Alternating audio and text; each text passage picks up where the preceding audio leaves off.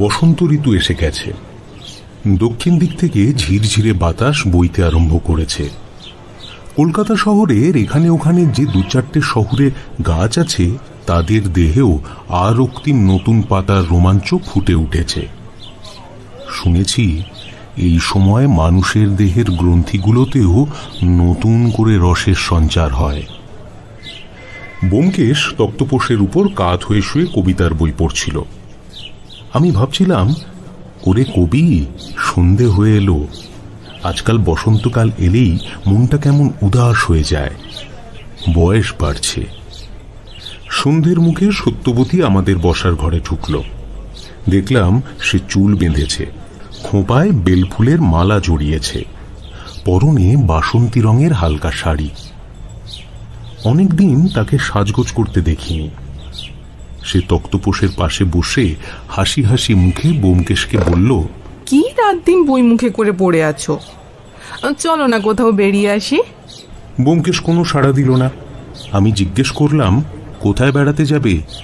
গড়ের মাঠে? না না, কলকাতার বাইরে, এই ধরো কাশ্মীর কিংবা। ব্যোমকেশ বই মুড়ে আস্তে আস্তে উঠে বসল। থিয়েটারি ভঙ্গিতে ডান হাত প্রসারিত করে বিশুদ্ধ মন্দাক্রান্তা ছন্দে আবৃত্তি আরম্ভ করল। ইচ্ছা সম্যক ভ্রমণ গমনে কিন্তু পাথের নাস্তি, পায়ে শিকলি মন উড়ু উড়ু, একই দৈবের শাস্তি। এটা কোথায় পেলে?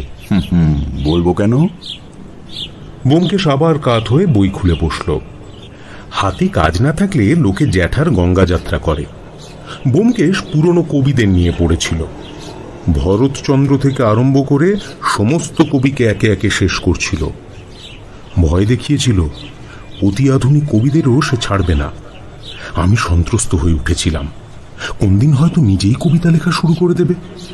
আজকাল ছন্দ মিলের বালাই ঘুচে যাওয়ায় কবিতা লেখার আর কোনো অন্তরায় নেই। কিন্তু সত্যান্বেষী ব্যোমকেশ কবিতা লিখলে তা যে কি মারাত্মক বস্তু হয়ে দাঁড়াবে ভাবতেও গায়ে কাঁটা দেয়। সেই যে খোকাকে একখানা আবোল তাবোল কিনে দিয়েছিলাম, ব্যোমকেশের কাব্যিক প্রেরণার মূলে সেইখানা। তারপর বইয়ের দোকানের অংশীদার হয়ে গোদের উপর বিস্ফোরা হয়েছে। সত্যবতী ব্যোমকেশের পায়ের বুড়ো আঙুলে একটা মোচড় দিয়ে বলল, ওঠো না, আবার শুলে কেন? ব্যোমকেশ ধর্মড় করে উঠে বসে বলল, কাশ্মীর যেতে কত খরচ জানো?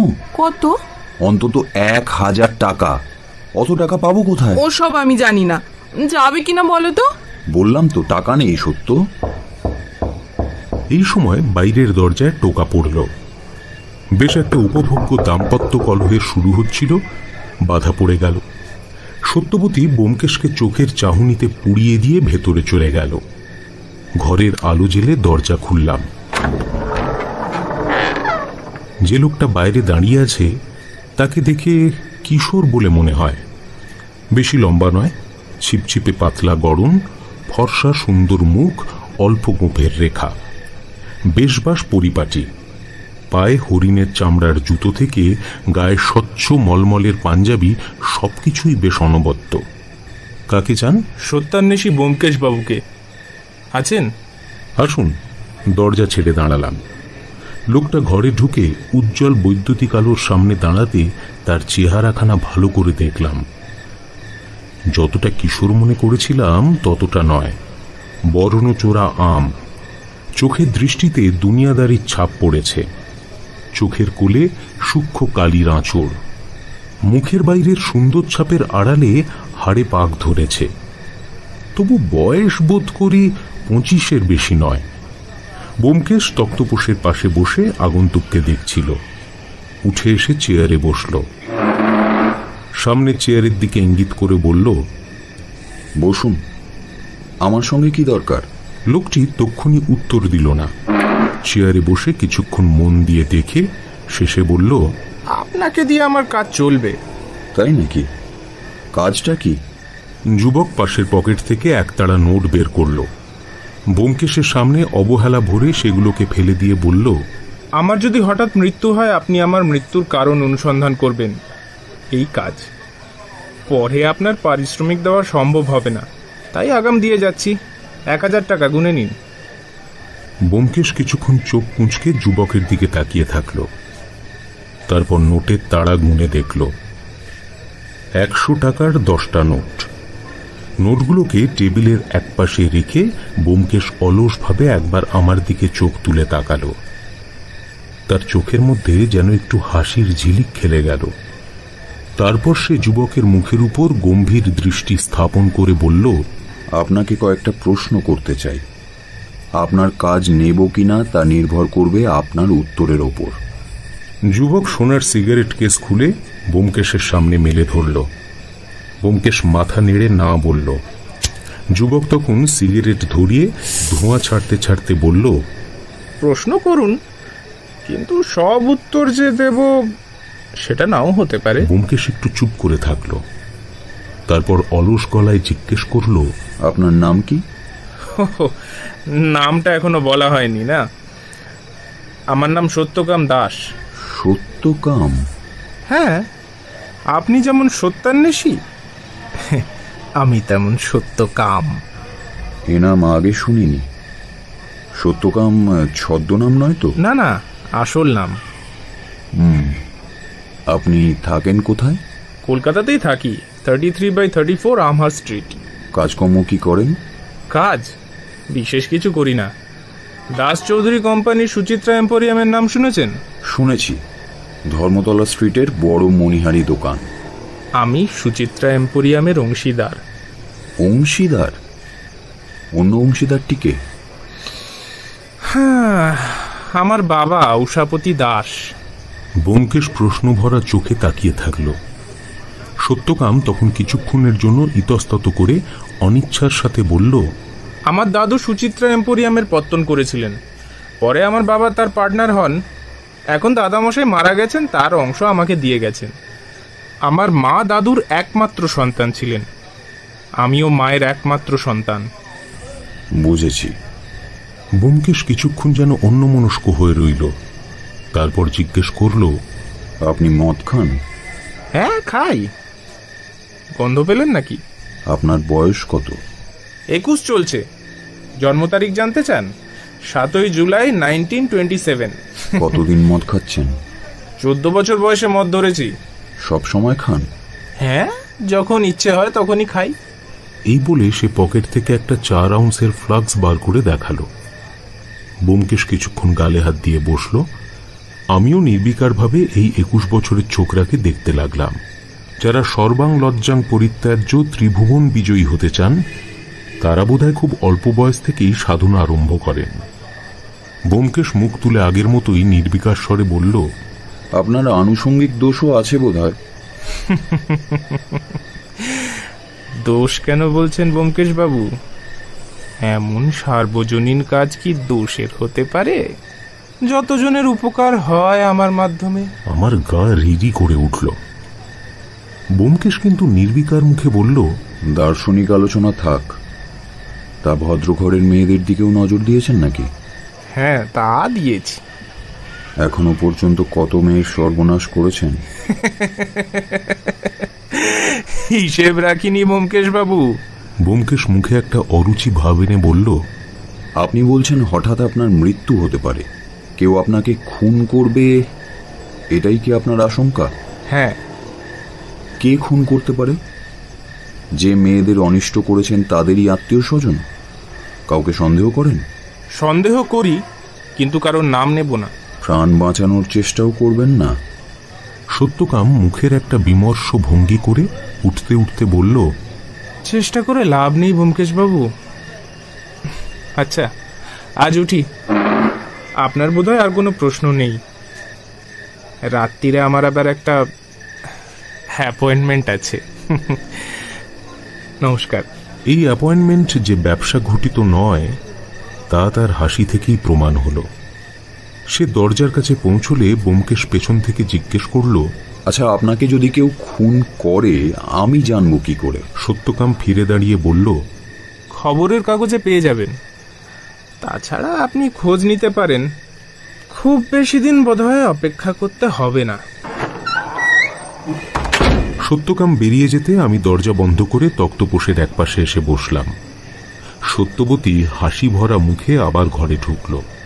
মনে হলো সে দরজার আড়ালেই ছিল। 1000 টাকার জন্য ভাবছিলে, পেলে তো 1000 টাকা। ব্যোমকেশ বিরস মুখে নোটগুলো সত্যবতীর দিকে বাড়িয়ে দিয়ে বলল, ধরো, পিপিলিকা খায় চিনি, চিনি যোগান চিন্তামণি। আর কি, এবার কাশ্মীর যাত্রার উদ্যোগ আয়োজন শুরু করে দাও। অজিত, কেমন দেখলে ছোকরাটিকে? এত কম বয়সে এমন দোকান কাটা বেহায়া আগে দেখিনি। আমিও না, কিন্তু আশ্চর্য, নিজের প্রাণ বাঁচাতে চায় না, মরার পরে খোঁজ নিতে বলে।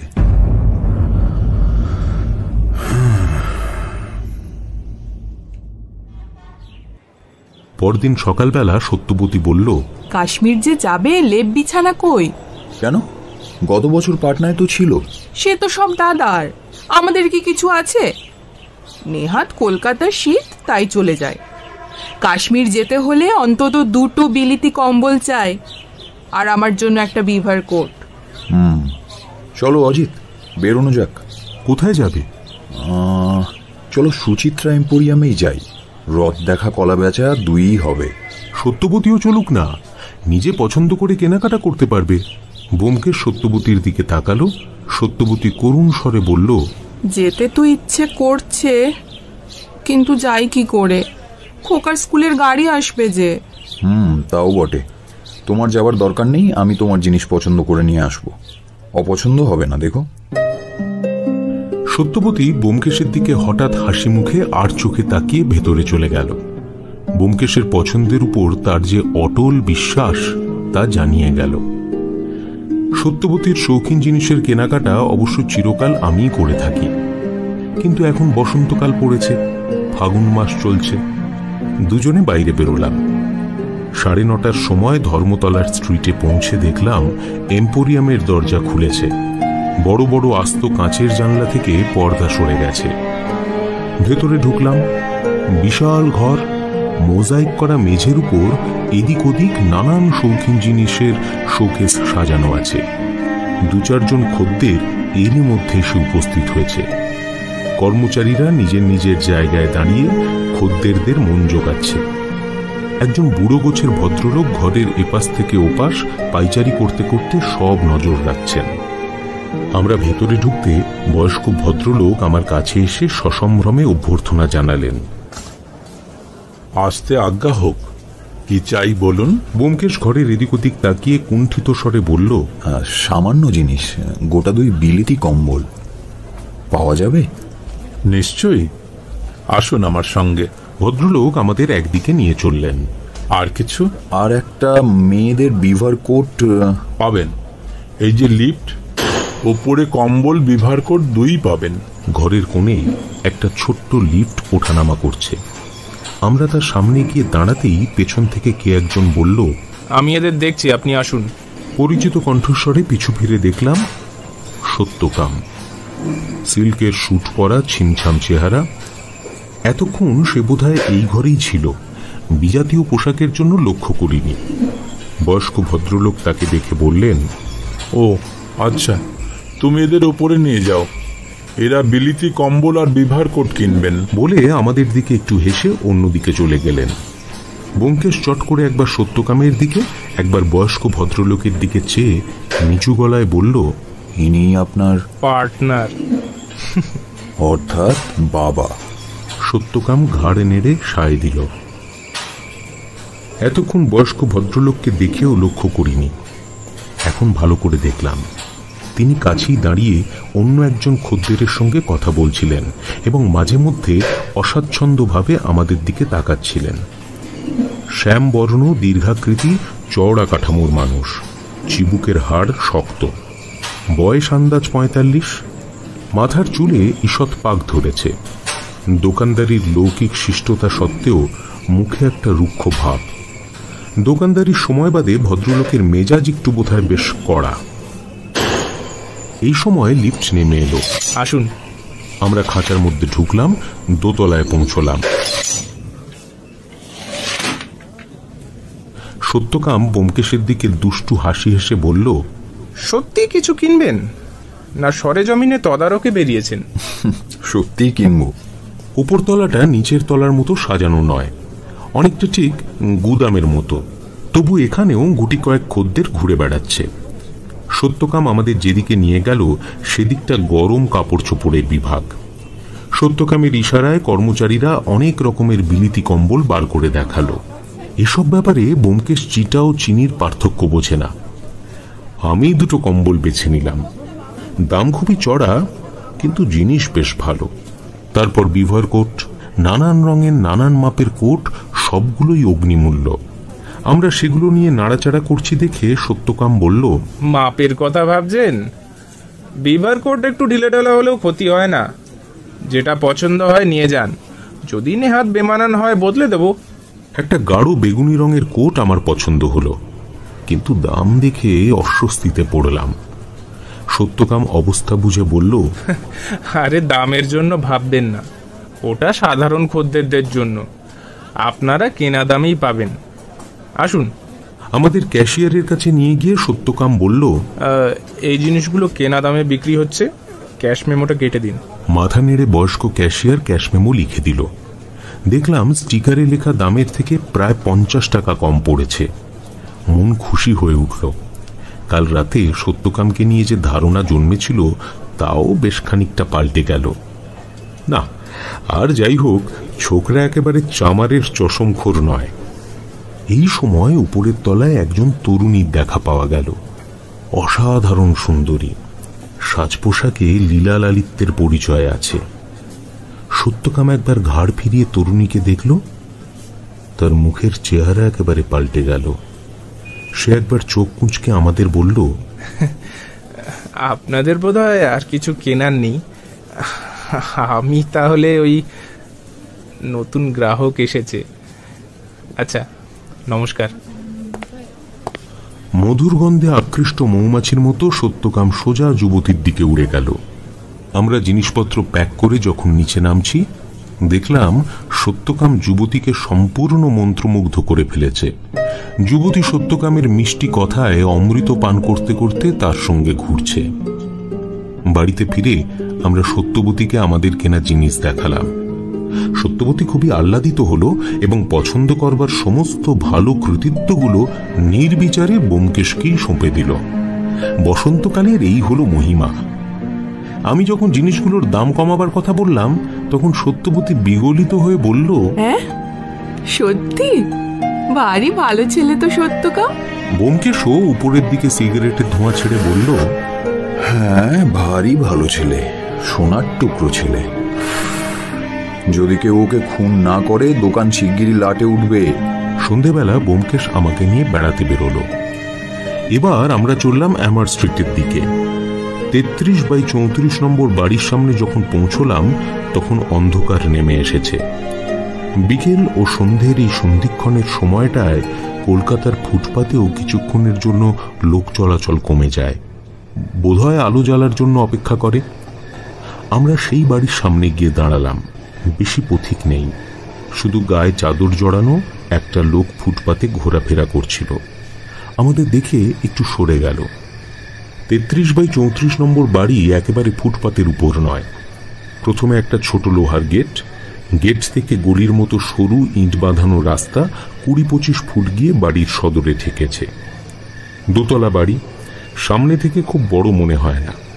সদর দরজার দুপাশে দুটো জানালা, জানলার মাথার উপর দোতলার দুটো গোল ব্যালকনি। বাড়ির ভেতরে এখনো আলো জ্বলেনি। ফুটপাতে দাঁড়িয়ে মনে হলো একজন স্ত্রী লোক দোতলার একটা ব্যালকনিতে বসে বই পড়ছে কিংবা সেলাই করছে। ব্যালকনির ঢালাই লোহার রেলিং দিয়ে অস্পষ্টভাবে তা দেখা গেল। ব্যোমকেশবাবু! পেছন থেকে অতর্কিত ডাকে দুজনেই ফিরলাম। গায়ে চাদর জড়ানো যে লোকটিকে ঘোরাফেরা করতে দেখেছিলাম, সে আমাদের পিছনে এসে দাঁড়িয়েছে। হৃষ্টপুষ্ট যুবক, মাথার চুল ছোট করে ছাঁটা, মুখখানা যেন চেনা চেনা মনে হলো। কে? আমাকে চিনতে পারলেন না স্যার? সেদিন সরস্বতী পুজোর চাঁদা নিতে গেছিলাম। আমার নাম নন্দ ঘোষ, আপনার পাড়াতেই থাকি। চিনতে পেরেছি। তা তুমি ও পাড়ার ছেলে ভর সন্ধ্যেবেলা এখানে ঘোরাঘুরি করছো কেন? আগে নন্দ ঘোষের একটা হাত চাদরের ভেতর থেকে বেরিয়ে এসে আবার তক্ষুনি চাদরের মধ্যে লুকিয়ে গেল। তবু দেখে ফেললাম হাতে একটা ডান্ডা। জিনিসটি আকারে ছোট হলেও বলবান ব্যক্তির হাতে মারাত্মক অস্ত্র। বোমকেশ সন্দিগ্ধ চোখে নন্দঘোষকে নিরীক্ষণ করে বলল, মতলবটা কি? নন্দঘোষ একটু কাছে ঘেঁষে এসে নিচু গলায় বলল, মতলব? আগে আপনাকে বলছি স্যার, এ বাড়িতে একটা ছোড়া থাকে, তাকে ঠ্যাঙাবো। তাই নাকি? তা ঠ্যাঙাবে কেন? কারণ আছে। কিন্তু আপনারা এখানে কি করছেন? এ বাড়িতে কাউকে চেনেন নাকি? সত্যকামকে চিনি, তাকেই তো ঠ্যাঙাতে চাও। আগে আপনার সঙ্গে কি ওর খুব ঘনিষ্ঠতা আছে নাকি? না, সেরকম কোনো ঘনিষ্ঠতা নেই, কিন্তু জানতে চাই কেন ওকে ঠ্যাঙাতে চাও। তোমার কোনো অনিষ্ট করেছে নাকি ও? অনিষ্ট? সে অনেক কথা স্যার, যদি শুনতে চান আমার সঙ্গে আসুন, কাছেই ভূতেশ্বরের আখড়া, সেখানে সব শুনবেন। ভূতেশ্বরের আখড়া? আগে আমাদের ব্যায়াম সমিতি, কাছেই গলির মধ্যে, চলুন না। চলো। এর মধ্যে রাস্তার আলো জ্বলেছে। আমরা নন্দকে অনুসরণ করে একটা গলির মধ্যে ঢুকলাম। কিছু দূর গিয়ে একটা পাঁচিল ঘেরা উঠোনের মতো জায়গায় পৌঁছলাম। উঠোনের পাশে গোটা দুই নোনা ধরা জীর্ণ ঘরে আলো জ্বলছে। উঠোন প্রায় অন্ধকার। সেখানে কয়েকজন কৌপিন পরা যুবক ডন বৈঠক দিচ্ছে, মুগুর ঘোরাচ্ছে এবং আরো নানান উপায় দেহযন্ত্রকে মজবুত করছে। নন্দ পাশ কাটিয়ে আমাদের ঘরে নিয়ে গেল। ঘরের মেঝেতে শতরঞ্চি পাতা, তার উপর এক অতিকায় ব্যক্তি বসে আছেন। নন্দ পরিচয় করিয়ে দিল, ইনি ব্যায়াম সমিতির ওস্তাদ ভূতেশ্বর বাঘ। সার্থকনামা ব্যক্তি, কারণ তার গায়ের রং ভূতের মতো এবং মুখখানা বাঘের মতো, উপরন্তু দেহের আয়তন হাতির মতো। মাথায় একগাছিও চুল নেই, বয়স 60-এর কাছাকাছি। ইনি বোধহয় যৌবনকালে গুন্ডা ছিলেন অথবা কুস্তিগীর ছিলেন। বয়সকালে ব্যায়াম সমিতি খুলেছেন। নন্দ বলল, ভূতেশ্বর দা, ব্যোমকেশ বাবু মস্ত ডিটেকটিভ, সত্যকামকে চেনেন? ভূতেশ্বর ব্যোমকেশের দিকে বাঘা চোখ ফিরিয়ে বলল, আপনি কি পুলিশের লোক? ওই ছোঁড়ার মুরব্বি? হ্যাঁ? ব্যোমকেশ সবিনয় জানালো সে পুলিশের লোক নয়। সত্যকামের সঙ্গে তার আলাপও মাত্র একদিনের। সত্যকামকে পেটানোর প্রয়োজন কেন তাই শুধু জানতে চায়, অন্য কোনো দুরভিসন্ধি নেই। ভূতেশ্বর একটু নরম হয়ে বলল, ও ছোঁড়া 1 নম্বরের পাজি। পাড়ার কয়েকজন ভদ্রলোক আমার কাছে নালিশ করেছেন, ছোঁড়া মেয়েদের বিরক্ত করে। এটা ভদ্রলোকের পাড়া, এ পাড়ায় ওসব চলবে না। হ্যাঁ। এই সময় আরো কয়েকজন গলদঘর্ম কুস্তিগীর ঘরে ঢুকল এবং আমাদের ঘিরে বসে কটমট চোখে আমাদের দিকে তাকিয়ে থাকল। স্পষ্টই বোঝা গেল সত্যকামকে ঠ্যাঙাবার প্রকল্প একজনের নয়, সমস্ত ব্যায়াম সমিতির অনুমোদন এর পেছনে রয়েছে। নিজেদের নিরাপত্তা সম্বন্ধে শঙ্কিত হয়ে উঠলাম। গতিক সুবিধের নয়, সত্যকামের ফাঁড়াটা আমাদের উপর দিয়ে না চলে যায়। ব্যোমকেশ কিন্তু সামলে নিল, শান্ত স্বরে বলল, পাড়ার কোনো লোক যদি বজ্জাতি করে তাকে শাসন করা পাড়ার লোকেরই কাজ, এ কাজ অন্য কাউকে দিয়ে হয় না। তাছাড়া আপনারা সত্যকামকে শায়েস্তা করতে চান তাতে আমার কোনো আপত্তি নেই। তাকে যতটুকু জানি দুঘা পিঠে পড়লে তার উপকারই হবে। শুধু একটা কথা, খুনোখুনি করবেন না, আর কাজটা যতটা সম্ভব সাবধানে করবেন, যাতে ধরা না পড়ে। নন্দ একমুখ হেসে বলল, সেই জন্যই তো কাজটা আমি নিয়েছি স্যার, 2-4 ঘাট দিয়ে কেটে পড়ব। আমি এ পাড়ার ছেলে নই, চিনতে পারলেও শনাক্ত করতে পারবে না। ব্যোমকেশ হাসল, উঠতে উঠতে বলল, তবু যদি কোনো গন্ডগোল বাঁধে আমাকে খবর দিও। আজ তাহলে উঠি। নমস্কার ভূতেশ্বর বাবু। বড় রাস্তায় আমাদের পৌঁছে দিয়ে নন্দ আখড়ায় ফিরে গেল। ব্যোমকেশ নিঃশ্বাস ছেড়ে বলল, বাপরে বাপ, একেবারে বাঘের গুহায় গলা বাড়িয়েছিলাম। কিন্তু সত্যকামকে মারধর করার উৎসাহ দেওয়া কি তোমার উচিত হলো? তুমি ওর টাকা নিয়েছো না? 2-4 ঘা খেয়ে যদি ওর প্রাণটা বেঁচে যায় সেটা কি ভালো নয়?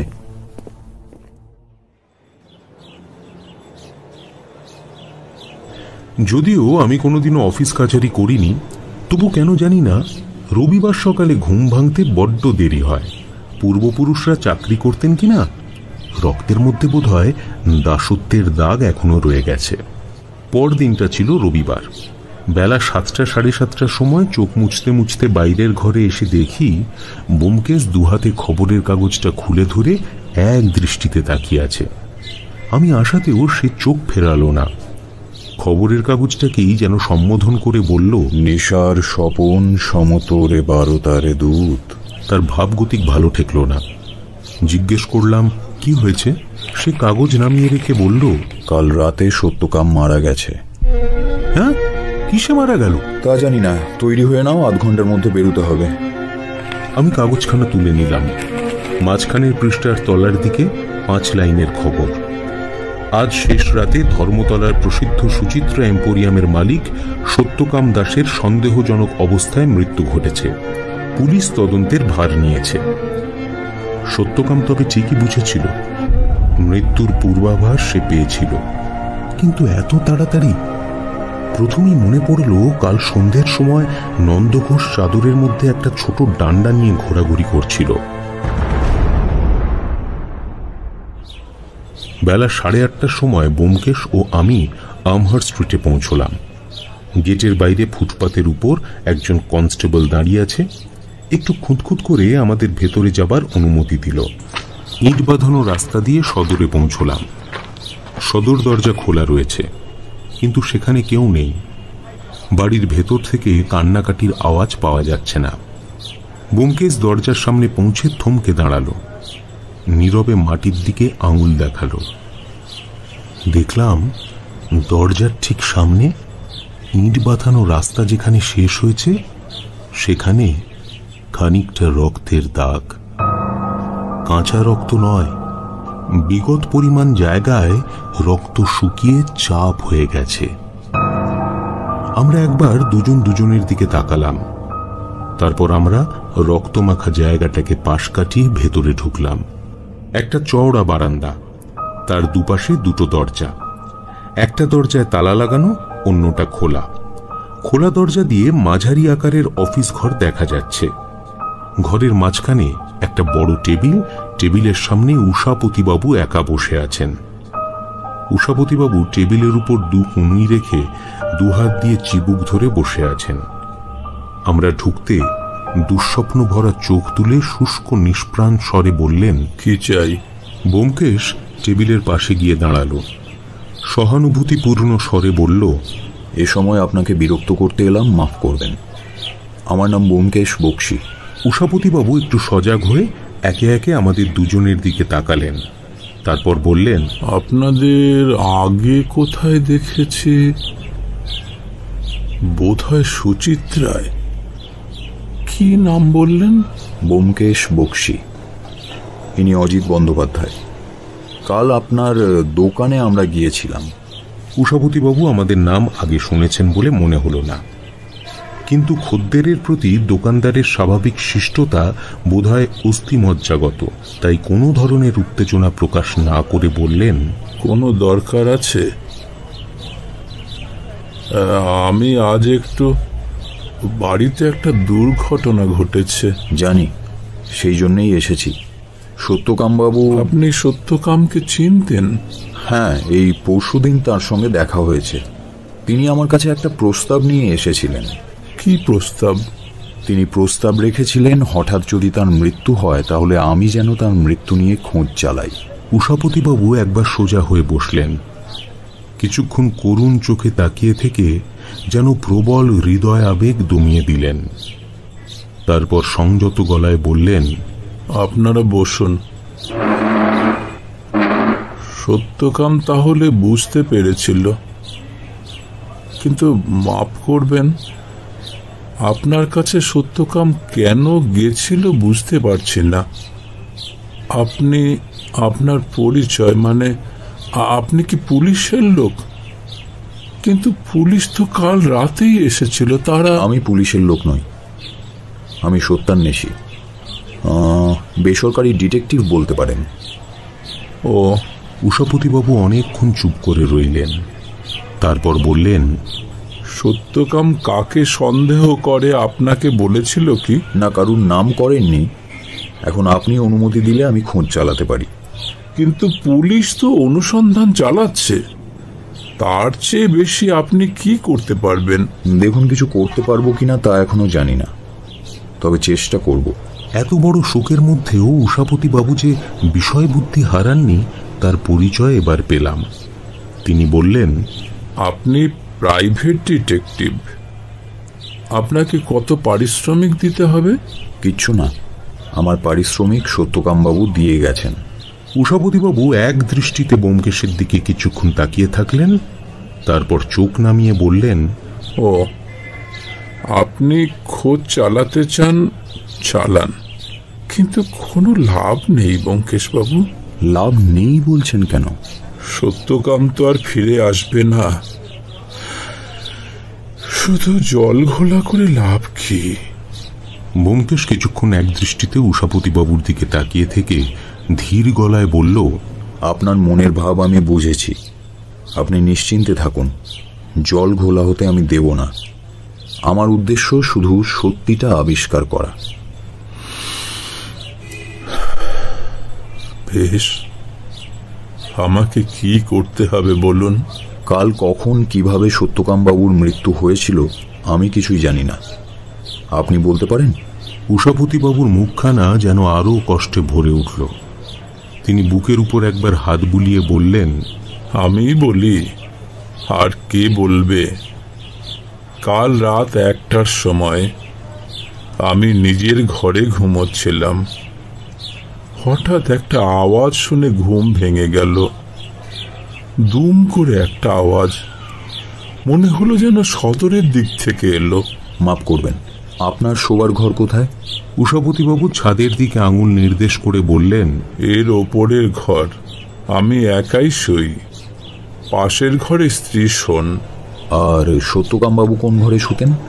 সত্যকাম নিচে শুতো, ওই যে বারান্দার ওপারে ঘরের দোরে তালা লাগানো রয়েছে, ওটা তার শোবার ঘর ছিল। আমার স্ত্রীর শোবার ঘর ওর ওপরে। সত্যকামবাবু নিচে শুতেন কেন? উষাপতিবাবু উত্তর দিলেন না, উদাস চোখে বাইরের জানলার দিকে তাকিয়ে রইলেন। তার ভাবভঙ্গি থেকে স্পষ্ট বোঝা গেল যে রাতে নির্বিঘ্নে বাইরে যাওয়া ও ফিরে আসার সুবিধের জন্যই সত্যকাম নিচের ঘরে শুতো। তার রাতে বাড়ি ফেরার কোনো নির্দিষ্ট সময় ছিল না। এই সময় ভেতর দিক থেকে পর্দা সরিয়ে একটি মেয়ে হাতে শরবতের গ্লাস নিয়ে ঘরে ঢুকল এবং আমাদের দেখে থমকে গেল। মেয়েটির বয়স 17-18, সুন্দরী নয়, কিন্তু ভরাট দেহ, চটক আছে। বর্তমানে তার মুখে চোখে শঙ্কার কালো ছায়া পড়েছে। উষাপতিবাবু তার দিকে মুখ ফিরিয়ে বললেন, দরকার নেই। মেয়েটা চলে গেল। আপনার বাড়িতে কে কে থাকে? আমরা ছাড়া আমার 2 ভাগ্নে ভাগ্নি থাকে। ওটি আপনার ভাগ্নি? হ্যাঁ। তা কতদিন আছে এরা আপনার কাছে? বছর খানেক আগে ওদের বাপ মারা যায়, মা আগেই গেছিল, সেই থেকে আমি ওদের প্রতিপালন করছি। বাড়িতে আমরা এই কজন ছাড়া আর কেউ নেই। আর চাকর বাকর? পুরনো চাকর সহদেব বাড়িতেই থাকে, সে ছাড়া ঝি আর বামনি আছে, তারা রাতে থাকে না। বুঝেছি। কাল রাতের ঘটনা বলুন। উষাপতিবাবু চোখের উপর দিয়ে একবার হাত বুলিয়ে বললেন, হ্যাঁ, আওয়াজ শুনে আমি ব্যালকনির দরজা খুলে বাইরে গিয়ে দাঁড়ালাম। নিচে অন্ধকার, কিছু দেখতে পেলাম না। তারপরে সদর দরজার কাছ থেকে সহদেব চিৎকার করে উঠল। ছুটতে ছুটতে নিচে নেমে এলাম, দেখি সহদেব দরজা খুলেছে আর সত্যকাম দরজার সামনে পড়ে আছে, প্রাণ নেই, পিঠের দিকে গুলি ঢুকেছে। গুলি? বন্দুকের গুলি? হ্যাঁ। সত্যকাম রোজই দেরি করে বাড়ি ফিরত। সহদেব বারান্দায় শুয়ে থাকত, দরজায় টোকা পড়লে উঠে দরজা খুলে দিত। কাল সে টোকা শুনে দরজা খোলার আগেই কেউ পেছন দিক থেকে সত্যকামকে গুলি করেছে। গুলি? আমি ভেবেছিলাম। যাকগে, তারপর? তারপর আর কি, পুলিশে টেলিফোন করলাম। ব্যোমকেশ একটু থেমে তারপর বলল, সত্যকাম বাবুর ঘরে তালা কে লাগিয়েছে? সত্যকাম যখন বাড়ি থেকে বেরোতো নিজের ঘরে তালা দিয়ে যেত। কালো বোধহয় তালা দিয়েই বেরিয়েছিল। তারপর বুঝেছি, ঘরের চাবি তাহলে পুলিশের কাছে। খুব সম্ভব। পুলিশ ঘর খুলে দেখেনি? না। যাক, আপনার কাছে আর জানবার বিশেষ কিছুই নেই। এবাড়ির অন্য সবাইকে দু একটা করে প্রশ্ন জিজ্ঞেস করতে চাই। সহদেব বাড়িতে আছে? আছে নিশ্চয়ই, ডাকছি। উষাপতিবাবু উঠে গিয়ে ভেতরের দরজার কাছ থেকে সহদেবকে ডাকলেন। তারপর আবার এসে বসলেন। সহদেব ঘরে ঢুকল। জরাজীর্ণ বৃদ্ধ, শরীরে কেবল হাড় কখানা আছে, মাথায় ঝাঁকড়া পাকা চুল, ভুরু পাকা, এমনকি চোখের মণি পর্যন্ত ফ্যাকাশে হয়ে গেছে, ঝুলে পড়া চামড়া, শিথিল পেশি, মুখে হ্যাবলার মতো একটা ভাব। ব্যোমকেশ জিজ্ঞেস করল, তোমার নাম সহদেব? তুমি কত বছর এ বাড়িতে কাজ করছো? সহদেব উত্তর দিল না। ফ্যাল ফ্যাল করে একবার আমাদের দিকে, একবার উষাপতিবাবুর দিকে তাকাতে লাগলো। উষাপতিবাবু বললেন, ও আমার শ্বশুরের সময় থেকে বাড়িতে আছে, প্রায় 35 বছর। ব্যোমকেশ সহদেবকে বলল, কাল রাতে তুমি... ব্যোমকেশ কথা শেষ করার আগেই সহদেব হাত জোর করে বলল, আমি কিছু জানি না বাবু। আমার কথাটা শুনে উত্তর দাও। কাল রাতে সত্যকাম বাবু যখন দরজায় টোকা দিয়েছিলেন তখন তুমি জেগেছিলে? সহদেব তখন আগের মতোই হাত জোর করে বলল, বাবু আমি জানি না। ব্যোমকেশ তীক্ষ্ণ দৃষ্টিতে তাকে বিদ্ধ করে বলল, মনে করার চেষ্টা করো, সে সময় দুম করে আওয়াজ শুনেছিলে? আমি কিচ্ছু জানি না বাবু। তারপর ব্যোমকেশ যত প্রশ্ন করল সহদেব একটাই উত্তর দিল, আমি কিছু জানি না বাবু। এই সর্বাঙ্গীন অজ্ঞতা কতখানি সত্যি অনুমান করা কঠিন। মোট কথা, সহদেব কিছু জানলেও বলবে না। ব্যোমকেশ বিরক্ত হয়ে বলল, তুমি যেতে পারো।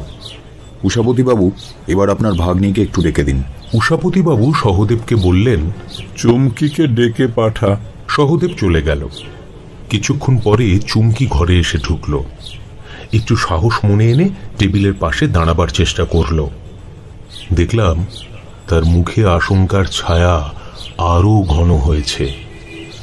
আমাদের দিকে চোখ তুলেই আবার নামিয়ে নিল। চুমকি, তোমার মামার কাছে শুনলাম তুমি বছর খানেক হলো এ বাড়িতে এসেছো। আগে কোথায় থাকতে? মানিকতলায়। লেখাপড়া করো? কলেজে পড়ি। আর তোমার ভাই? দাদাও কলেজে পড়ে। আচ্ছা, কাল রাতে তুমি কখন জানতে পারলে? আমি ঘুমোচ্ছিলাম। দাদা এসে দরজা ধাক্কা দিয়ে ডাকতে লাগলো, তখনই ঘুম ভেঙেছে। রাতে তুমি ঘরের দরজা বন্ধ করে শোও? চুমকি যেন থতমত খেয়ে বলল, হ্যাঁ। তোমার শোবার ঘর নিচে না ওপরে? নিচে, ওই পিছন দিকে। আমার ঘরের পাশেই দাদার ঘর। তাহলে বন্দুকের আওয়াজ তুমি শুনতে পাওনি? না। ঘুম ভাঙার পর তুমি কি করলে? আমি আর দাদা এই ঘরে এলুম। মামা তখন পুলিশকে ফোন করছিলেন। আর তোমার মামিমা? তাকে তখন দেখিনি। এখান থেকে ওপরে গিয়ে দেখলুম তিনি নিজের ঘরের মেঝে অজ্ঞান হয়ে পড়ে আছেন। আচ্ছা, তুমি এখন যাও, তোমার দাদাকে পাঠিয়ে দাও। চুমকি ঘরের বাইরে যেতে না যেতেই তার দাদা ঘরে ঢুকল। মনে হলো সে দরজার বাইরে অপেক্ষা করছিল। ভাই বোনের চেহারায় খানিকটা মিল রয়েছে, কিন্তু ছেলেটার চোখের দৃষ্টি একটু অদ্ভুত ধরনের। পেঁচার চোখের মতো তার চোখেও একটা স্থির একাগ্রতা আছে। সে অত্যন্ত সংযতভাবে টেবিলের পাশে এসে দাঁড়ালো এবং নিষ্পলক চোখে ব্যোমকেশের দিকে তাকিয়ে থাকল। প্রশ্ন উত্তর আরম্ভ হলো। তোমার নাম কি? শীতাংশু দত্ত। বয়স? 20। কাল রাতে তুমি জেগেছিলে? হ্যাঁ। কি করছিলে? পড়ছিলাম। কি পড়ছিলে? পরীক্ষার পড়া? গোর্কির লোয়ার ডেপস পড়ছিলাম। রাতে পড়া আমার অভ্যেস। বন্দুকের আওয়াজ তুমি শুনতে পেয়েছিলে? পেয়েছিলাম, কিন্তু বন্দুকের আওয়াজ বলে বুঝতে পারিনি। তারপর? সহদেবের চিৎকার শুনে দৌড়ে গিয়ে দেখলাম। তারপর ফিরে এসে তোমার বোনকে জাগালে? হ্যাঁ। ব্যোমকেশ কিছুক্ষণ চিবুকের তলায় হাত পেতে বসে রইল। দেখলাম উষাপতিবাবু চুপ করে বসে আছেন।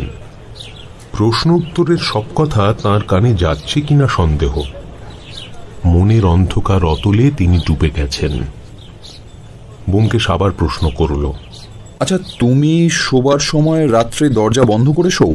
না, খোলা থাকে। চুমকির দরজা বন্ধ থাকে? হ্যাঁ, ও মেয়ে তাই। কাল রাতে সবাই শুয়ে পড়ার পর তুমি বাইরে গেছিলে? না।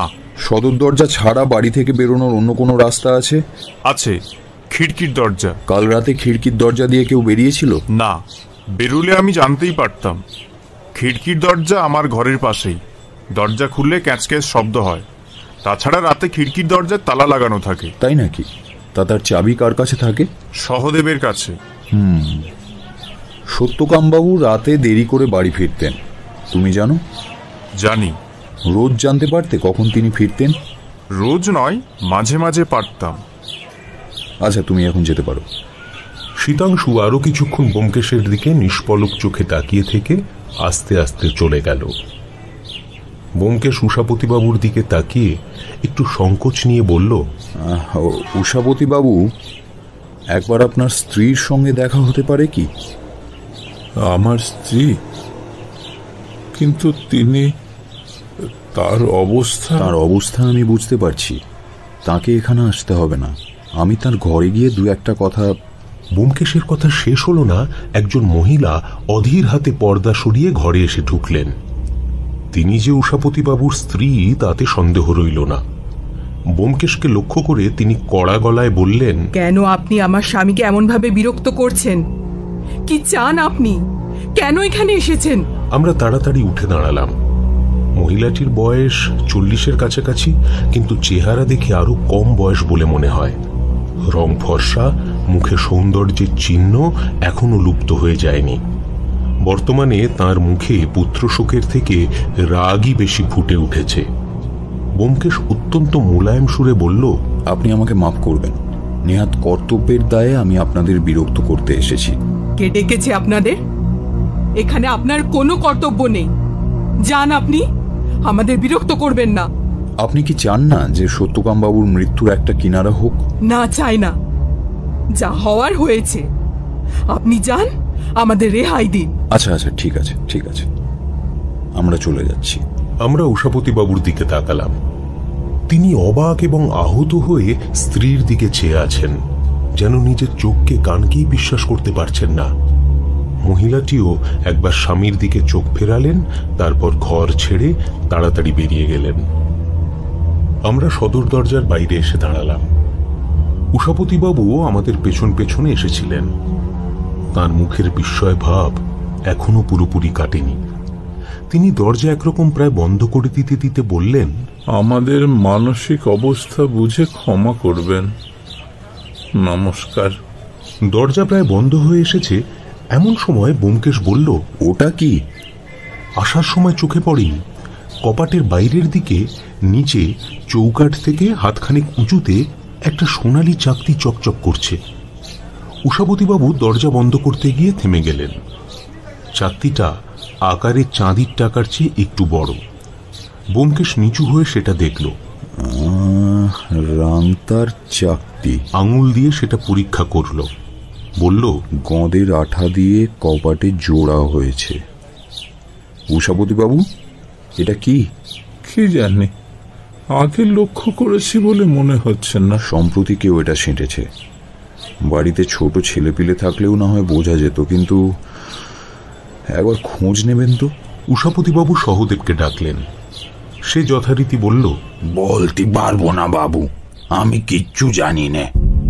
আমার মাথায় নানান চিন্তা আসতে লাগলো।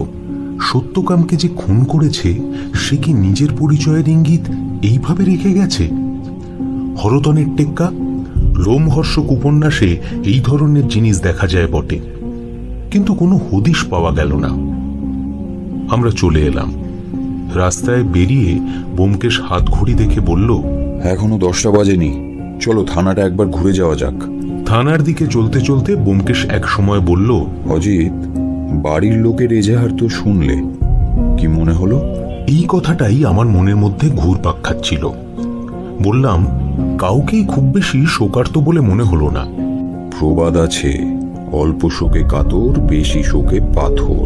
সে থাকতেই পারে, কিন্তু উষাপতিবাবু এবং তার স্ত্রীর আচরণ খুব স্বাভাবিক নয়। সত্যকাম ভালো ছিল না, নিজের উচ্ছৃঙ্খলতায় বাপ মাকে অতিষ্ঠ করে তুলেছিল। সবই হতে পারে, তবু ছেলে তো, একমাত্র ছেলে। আমার দৃঢ় বিশ্বাস এই পরিবারের মধ্যে কোথাও একটা মস্ত গলদ আছে। সে তো অবশ্যই, সত্যকামই একটা মস্ত গলদ। সে যা হোক, আচ্ছা দরজায় রাংতার চাকতির অর্থ কিছু বুঝলে? না, তুমি কিছু বুঝেছ? সম্পূর্ণ আকস্মিক হতে পারে, কিন্তু যদি তা না হয়। থানায় পৌঁছে দেখলাম দারোগা ভবানীবাবু আমাদের পরিচিত লোক, বয়স্ক ব্যক্তি, ক্রস বেল্ট টেবিলের উপর খুলে রেখে কাজ করছেন। আমাদের দেখে খুব খুশি হয়েছেন বলে মনে হলো না, তবু যথোচিত শিষ্টতা বজায় রেখে খাটো গলায় বললেন, আপনি আবার এর মধ্যে কেন? পাকে চক্রে জড়িয়ে পড়েছি। ও ছোড়া পাক্কা শয়তান ছিল। যে তাকে খুন করেছে সে সংসারের উপকার করেছে। এমন লোককে তো মেডেল দেওয়া উচিত মশাই। হ্যাঁ, তা বটে। আপনারা যা করছেন করুন, আমি তার মধ্যে নাক গলাতে চাই না। আমি শুধু জানতে চাই। ভবানীবাবু কটমট করে তাকিয়ে বললেন, সত্যান্বেষণ? তা কি জানতে চান বলুন? পোস্টমর্টেম রিপোর্টটা এখনো আসেনি বোধহয়। না, সন্ধে নাগাদ পাওয়া যেতে পারে। সন্ধ্যের পর তাহলে আপনাকে একবার ফোন করি। আচ্ছা, বন্দুকের গুলিতেই কি মৃত্যু হয়েছে?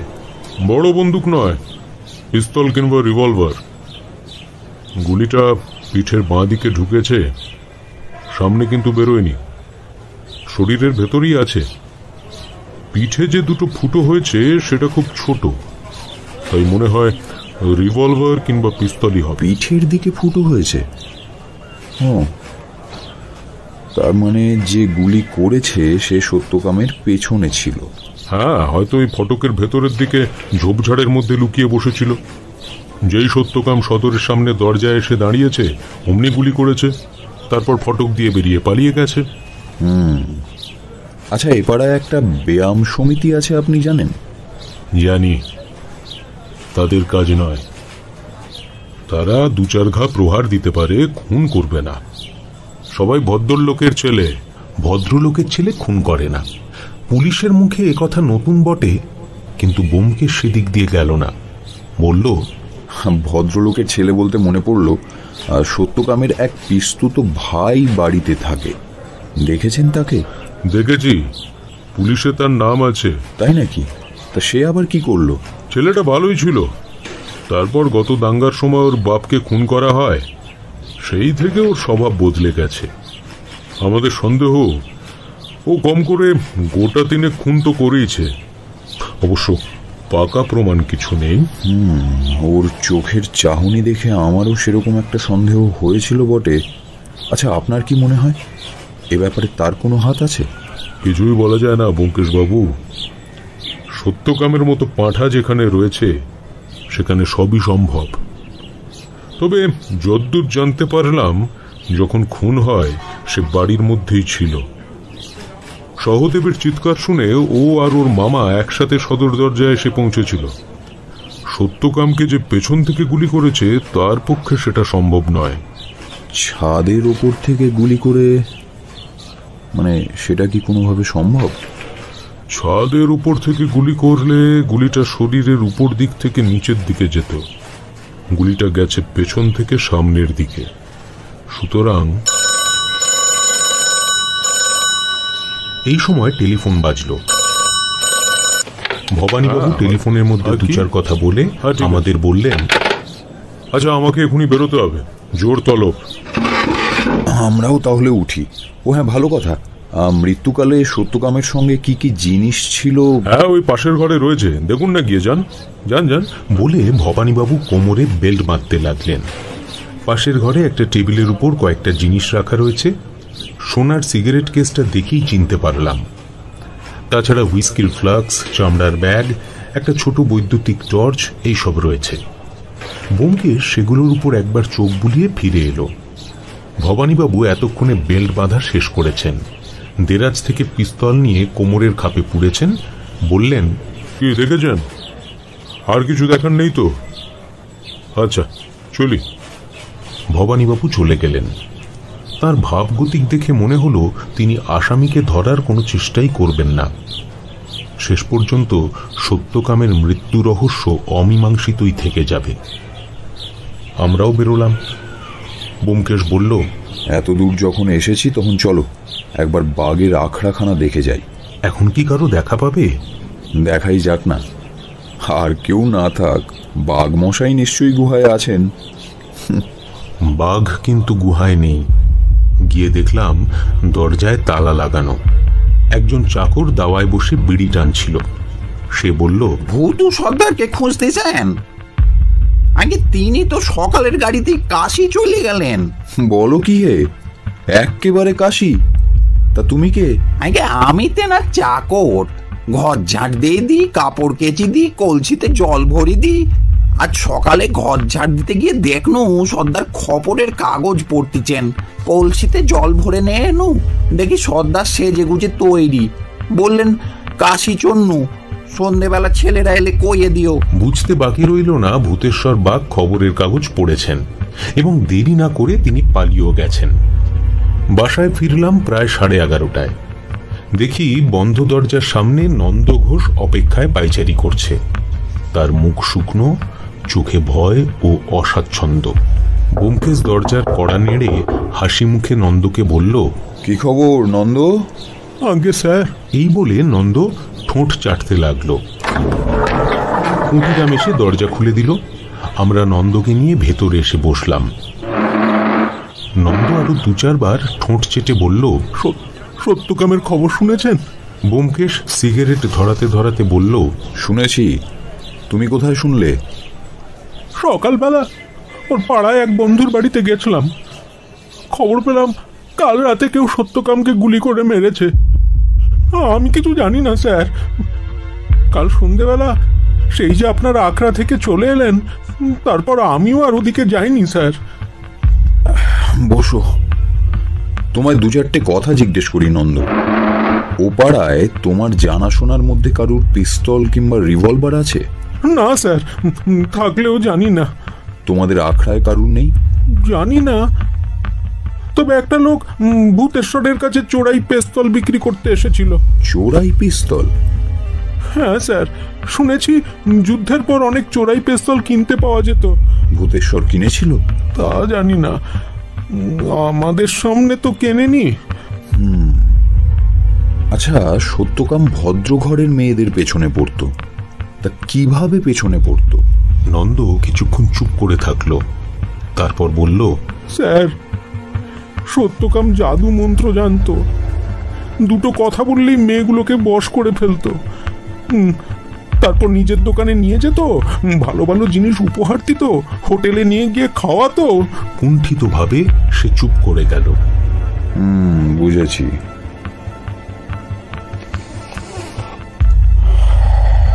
মেয়েরাও নেহাত নির্দোষ নয়।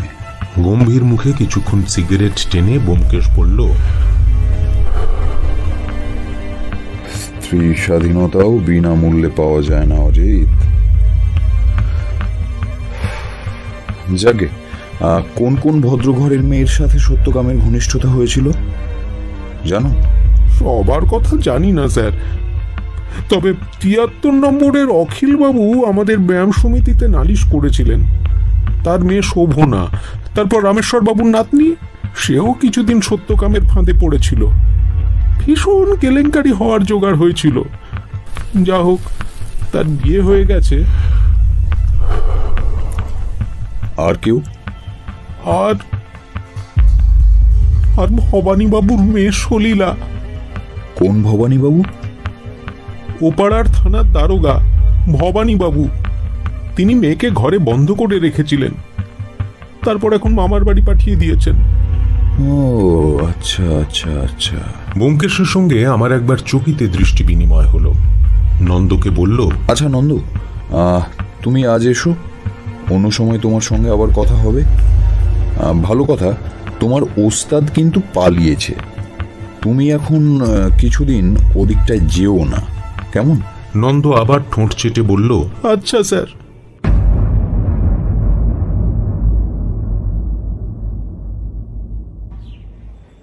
সমস্ত দিন ব্যোমকেশ অন্যমনস্ক হয়ে থাকল। বিকেলে সত্যবতী দু একবার কাশ্মীর যাওয়ার প্রসঙ্গ আলোচনা করার চেষ্টা করল। কি গো, আমরা কবে কাশ্মীর যাব বলো তো? টিকিট কাটতে হবে না? কিন্তু বোমকে শুনতেই পেল না। ইজি চেয়ারে শুয়ে কড়িকাঠের দিকে তাকিয়ে রইল। আমি বললাম, তারা কিসের? এই ব্যাপারটা আগে নিষ্পত্তি হোক।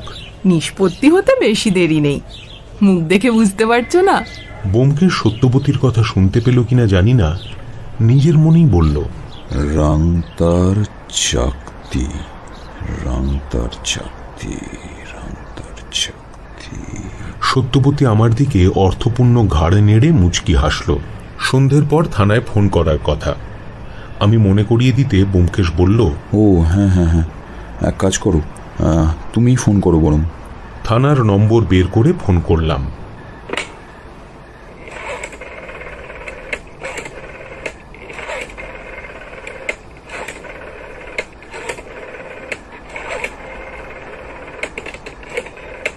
ভবানীবাবু হাজির ছিলেন। তিনি বললেন, হ্যাঁ হ্যাঁ, এইমাত্র রিপোর্ট এসেছে। মৃত্যুর সময় রাত 12টা থেকে 2টোর মধ্যে। গুলিটা .45 রিভলভারের বাঁ দিক দিয়ে স্ক্যাপুলারের নিচ দিয়ে ঢুকে হৃদযন্ত্র ভেদ করে ডান দিকের তৃতীয় পাঁজরায় গিয়ে হাড়ে আটকে গেছে। গুলির গতি নিচের দিক থেকে একটু উপরের দিকে, পাশের দিক থেকে আবার মাঝের দিকে। অন্য কোনো আঘাতের চিহ্ন নেই। পেটের মধ্যে খানিকটা মদ পাওয়া গেছে। ব্যোমকেশকে বললাম। সে কিছুক্ষণ অবাক হয়ে আমার দিকে তাকিয়ে থাকল। তারপর ধীরে ধীরে বলল, গুলির গতি কি বললে? নিচের দিক থেকে একটু উপরের দিকে, পাশের দিক থেকে মাঝের দিকে। অর্থাৎ যে গুলি করেছে সে রাস্তার বাঁ দিকে ঝোপের মধ্যে বসেছিল, বসে বসেই গুলি করেছে। ব্যোমকেশ আরো কিছুক্ষণ তাকিয়ে থেকে বলল, উবু হয়ে বসে গুলি করেছে? কেন? তা জানি না, আমার সঙ্গে পরামর্শ করে তো আর গুলি করেনি। ব্যোমকেশ আবার ইজি চেয়ারে শুয়ে কড়িকাঠের দিকে তাকিয়ে রইল। তারপর ধীরে ধীরে বলল, ব্যাপারটা ভেবে দেখো অজিত, তোমাদের ধারণা আততায়ী আগে থেকে ফটকের ভেতরে লুকিয়েছিল। সত্যকাম ফটক দিয়ে ঢুকে 20-25 ফুট রাস্তা পার হয়ে সদর দরজার সামনে এসে কড়া নাড়ল, তখনই আততায়ী তাকে গুলি করল। এখন আমার প্রশ্ন হচ্ছে, কেন? সত্যকাম যেই ফটক দিয়ে ঢুকলো, আততায়ী তখনই তাকে গুলি করল না কেন? তাতেই তো তার সুবিধে, গুলি করেই চট করে ফটক দিয়ে বেরিয়ে যেতে পারতো। আর তাছাড়া গুলির লক্ষ্যভ্রষ্ট হওয়ার ভয়ও থাকতো না অজিত। প্রশ্নের উত্তর কি তুমিই বলো? প্রশ্নের উত্তর সম্ভবত এই যে আততায়ী ওই দিক থেকে গুলি করেইনি। কিন্তু তার চেয়েও বড় ভাবনার কথা এটা যে রাংতার চাকতিটা কে লাগিয়েছিল, কখন লাগিয়েছিল এবং কেন লাগিয়েছিল। ওটা তাহলে আকস্মিক নয়? না হে না না, যতই ভাবছি ততই মনে হচ্ছে ওটা আকস্মিক নয়। একটা গূঢ় অর্থ আছে, সেই অর্থটা জানতে পারলেই সমস্যার সমাধান হবে। কিন্তু কিছুতেই যেন। আমি বসে ভাবতে লাগলাম রাংতার চাকতির তাৎপর্যটা কি। যদি ধরা যায় আততায়ী ওটা লাগিয়েছিল, তবে তার উদ্দেশ্য কি ছিল? যদি আততায়ী না লাগিয়ে থাকে, তবে কে লাগালো? বাড়ির কেউ যদি না হয়, তবে কে? সত্যকাম কি? কিন্তু কেন? ব্যোমকেশ হঠাৎ ধড়মড় করে উঠে বসে বলল, অজিত, সত্যকামের সঙ্গে ঠিক কি কি জিনিস ছিল তোমার মনে আছে? থানার টেবিলের উপর রাখা ছিল। সিগারেটের কেস ছিল, রিস্টওয়াচ ছিল, মানি ব্যাগ ছিল, মদের ফ্লাক্স ছিল, আর একটা ইলেকট্রিক টর্চ ছিল। ব্যোমকেশ আবার আস্তে আস্তে শুয়ে পড়ল। Electric torch, electric torch. কলকাতায় পথ চলার জন্য ইলেকট্রিক টর্চ দরকার হয় না। না, কিন্তু ফটক থেকে সদর দরজায় যেতে গেলে ওটা দরকার হয়। তাহলে সত্যকাম টর্চের আলোয় আততায়ীকে দেখতে পায়নি কেন? চট করে এ প্রশ্নের উত্তর আমার মাথায় এলো না। কিছুক্ষণ কেটে গেল। তারপর ব্যোমকেশ অপ্রাসঙ্গিকভাবে বলল, কাল সকালে শীতাংশুর সঙ্গে নিভৃতে কথা বলা দরকার। আমি চমকে তার দিকে তাকালাম, কিন্তু সে আর কিছু বলল না। বোধহয় কড়িকাঠ গুনতে লাগলো, কিন্তু লক্ষ্য করলাম তার মুখের বিরস অন্যমনস্কতা আর নেই, যেন সে ভেতরে ভেতরে বেশ উত্তেজিত হয়ে উঠেছে।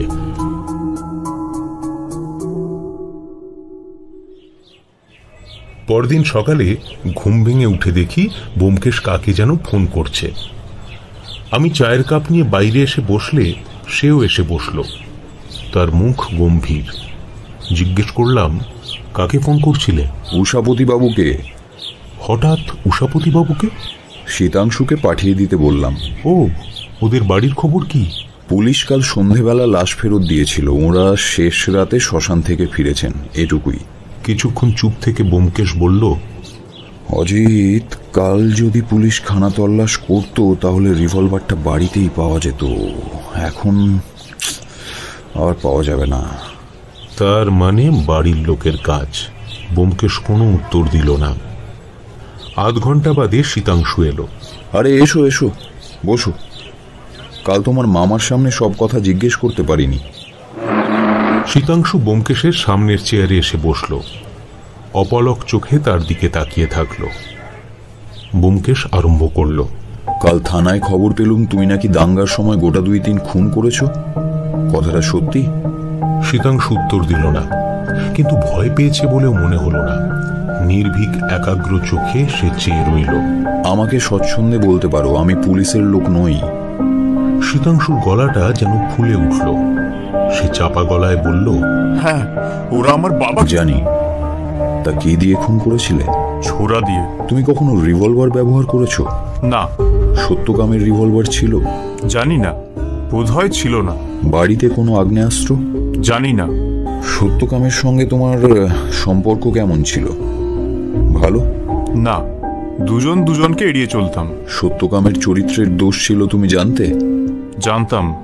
তোমার বাবাকে তুমি খুব ভালোবাসতে, তোমার বোন চুমকিকেও নিশ্চয়ই ভালোবাসো। শীতাংশু উত্তর দিল না, শুধু চেয়ে থাকলো। ব্যোমকেশ হঠাৎ প্রশ্ন করল, আচ্ছা, সত্যকামকে খুন করার ইচ্ছে তোমার কোনোদিনও হয়েছিল? শীতাংশু এবারও উত্তর দিল না, কিন্তু তার নীরবতার অর্থ স্পষ্ট বোঝা গেল। ব্যোমকেশ মৃদু হেসে বলল, বলতে হবে না, আমি বুঝেছি। সত্যকামকে তুমি বোধহয় শাসিয়েছিলে। হ্যাঁ, তাকে বলে দিয়েছিলাম বাড়িতে বেচাল দেখলেই খুন করব। ব্যোমকেশ অনেকক্ষণ তার দিকে তাকিয়ে রইল, তীক্ষ্ণ চোখে নয়, যেন একটু অন্যমনস্ক ভাবে। তারপর বলল, সেরাতে সহদেবের চিৎকার শুনে তুমি সদরে গিয়ে কি দেখলে? দেখলাম সত্যকাম দরজার বাইরে মুখ থুবড়ে পড়ে আছে। কি করে দেখলে? সেখানে আলো ছিল? সত্যকামের হাতে একটা জ্বলন্ত টর্চ ছিল, তারই আলোতে দেখলাম। তারপর মামা এসে সদরের আলো জ্বেলে দিলেন। ব্যোমকেশ সিগারেট ধরালো, 2-3টে লম্বা টান দিয়ে বলল,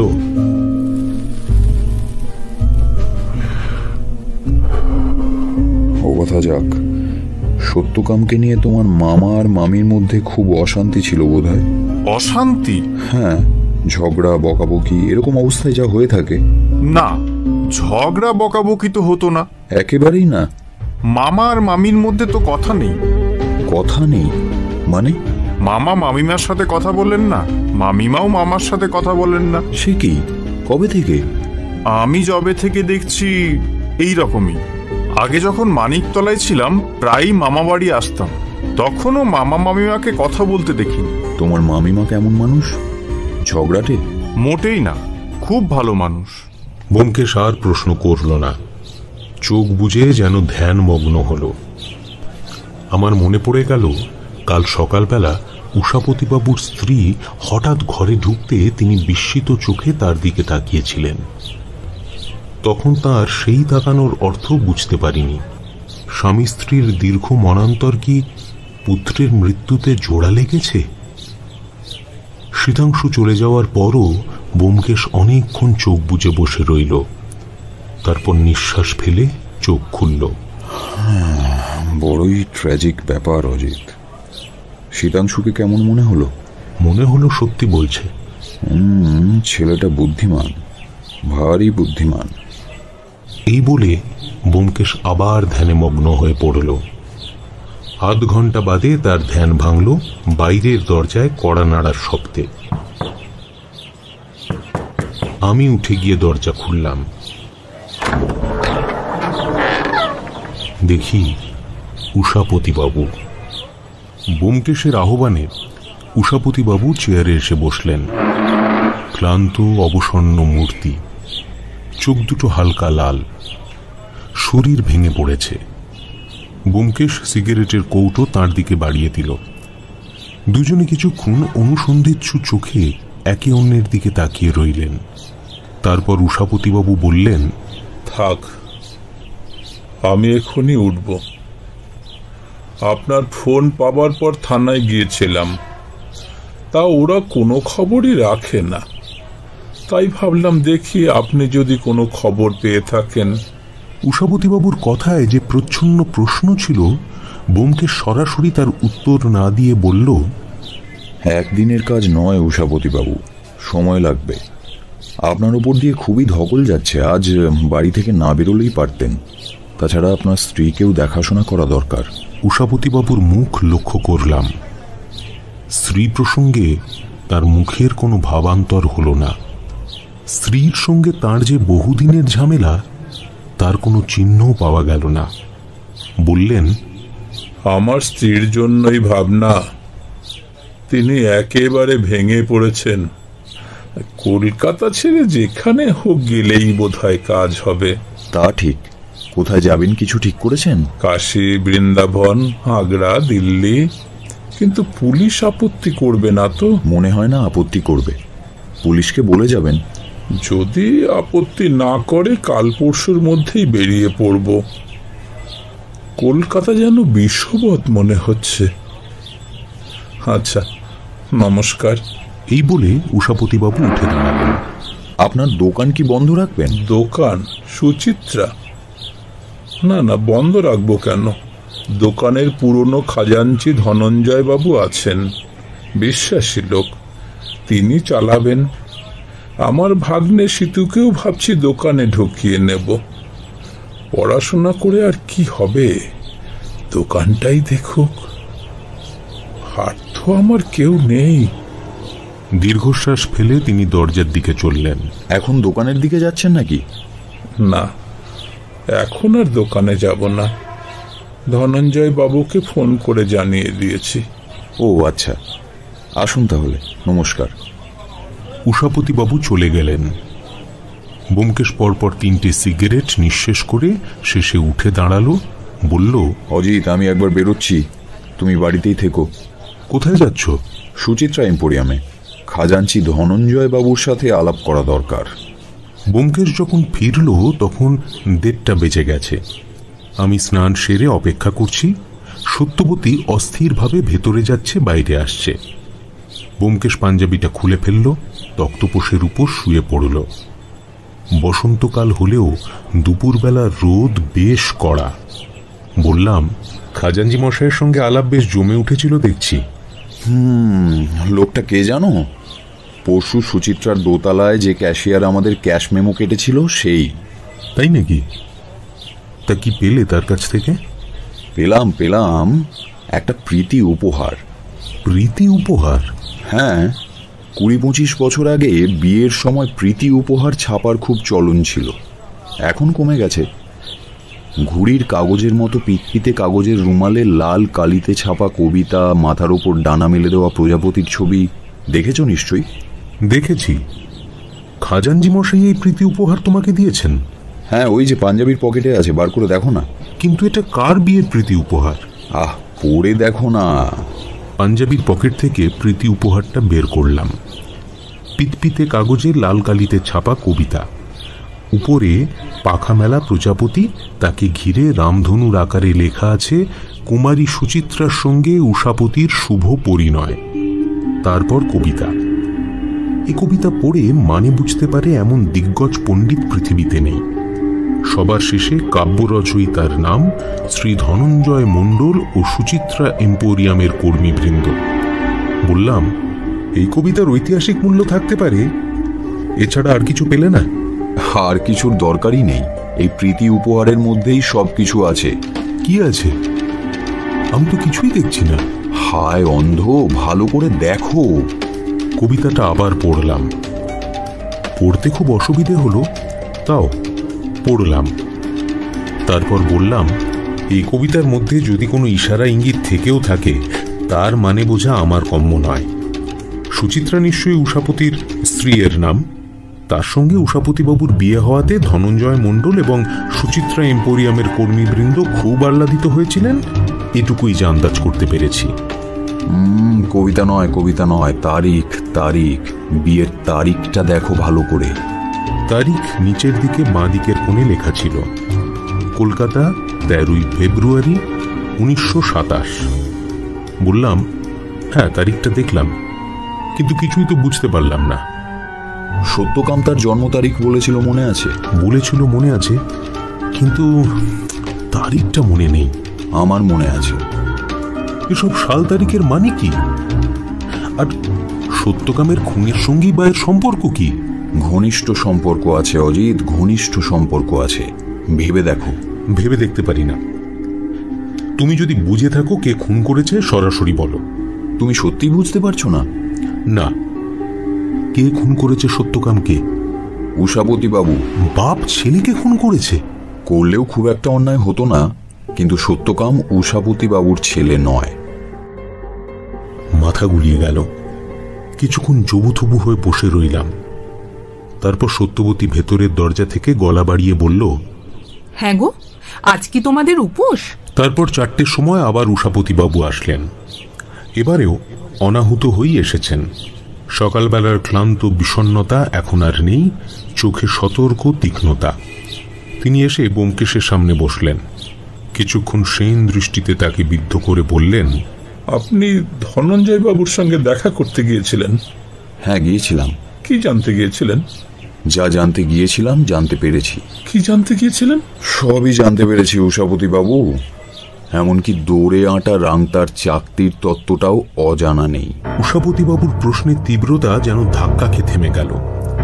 তিনি আবার খানিকক্ষণ ব্যোমকেশের মুখের দিকে চেয়ে রইলেন।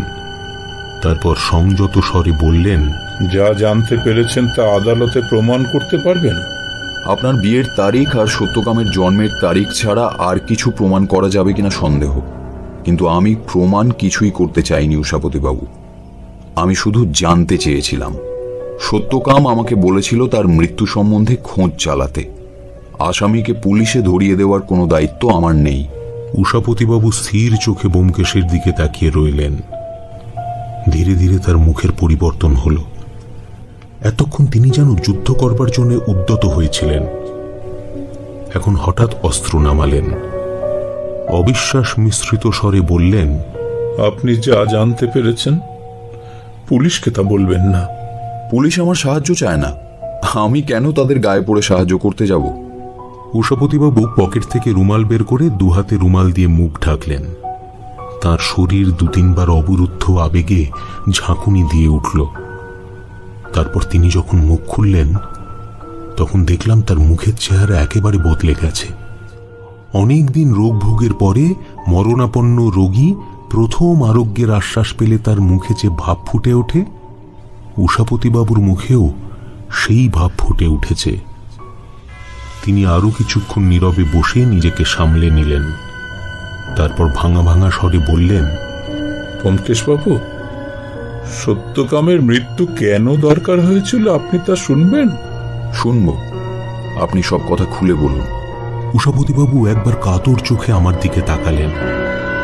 তার চাহনির অর্থ ব্যোমকেশের কাছে তিনি নিজের মর্ম কথা বলতে রাজি থাকলেও আর কারো সামনে বলতে অনিচ্ছুক। ব্যোমকেশ তার মনোভাব বুঝে আমাকে বলল, অজিত, তুমি একবার হাওড়া স্টেশনে যাও তো। ইনকোয়ারি অফিস থেকে জেনে এসো কাশ্মীর যাওয়ার ব্যবস্থা কিরকম। কাশ্মীরে এখন গন্ডগোল চলছে, আগে থাকতে খবরাখবর নিয়ে রাখা ভালো। মনে মনে একটু নিরাশ হলাম। তারপর জামা কাপড় বদলে বেরিয়ে পড়লাম।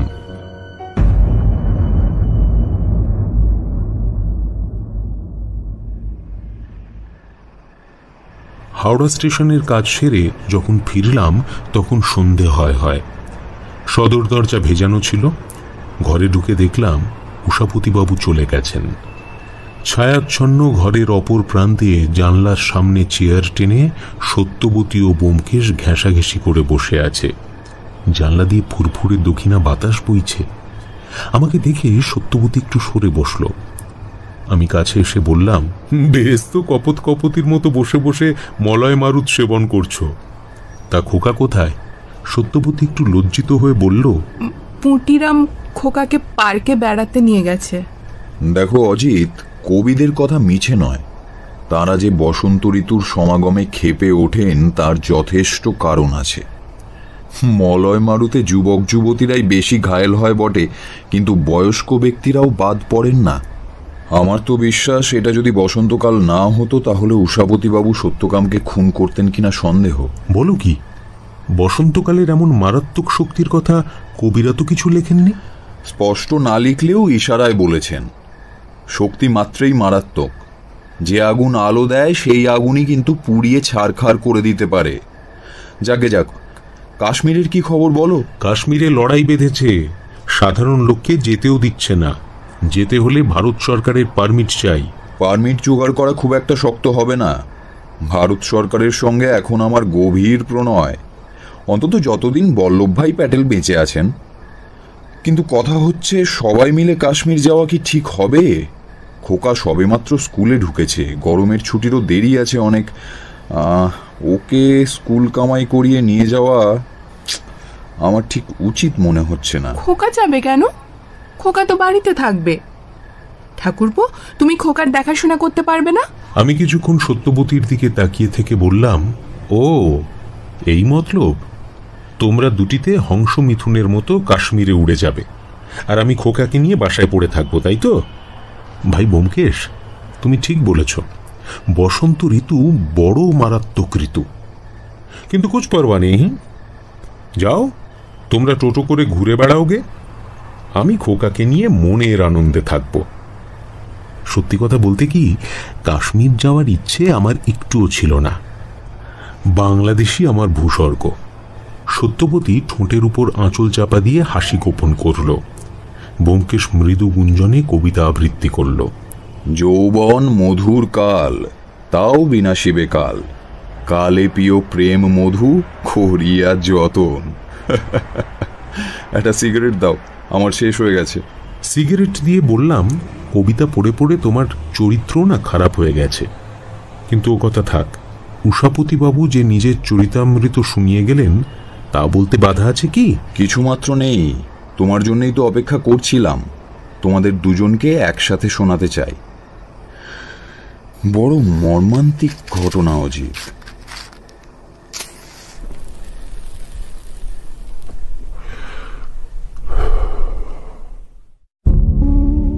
সত্যকাম আমার কাছে তার খুনির খোঁজ নিতে এসেছিল।